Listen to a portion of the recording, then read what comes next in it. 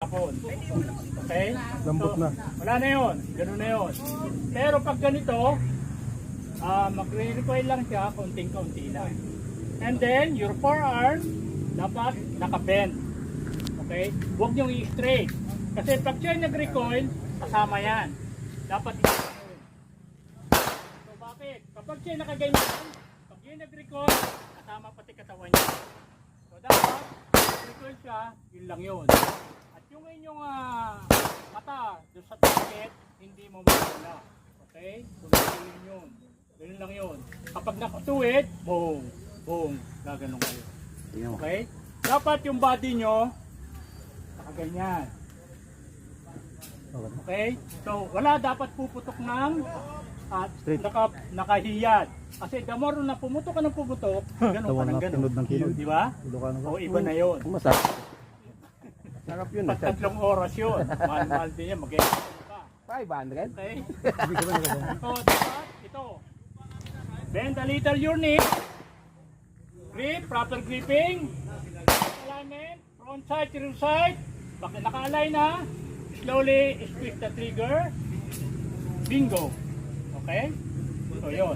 Kaya pag hawak niyo pa lang, ito yan, sagad. Basta lagi isipin, nagsagad kayo. Yan. Okay? Yan yun. Okay? If you're right-handed, ang right thumb nyo is always at the top. Okay? Huwag nyo itong tatago doon.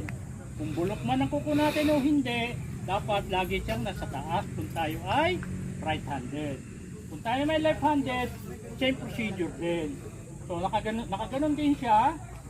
Yan, nakalak din siya doon. No? Okay? So yun yun.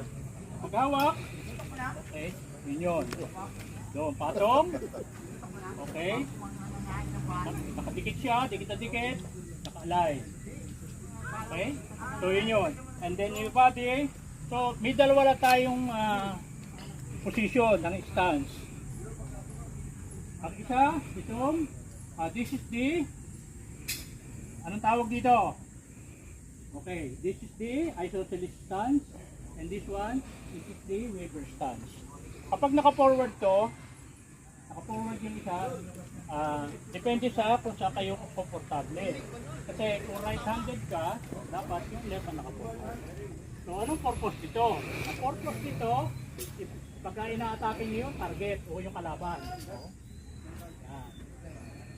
Ito naman, ang purpose nyo, left side, then right side.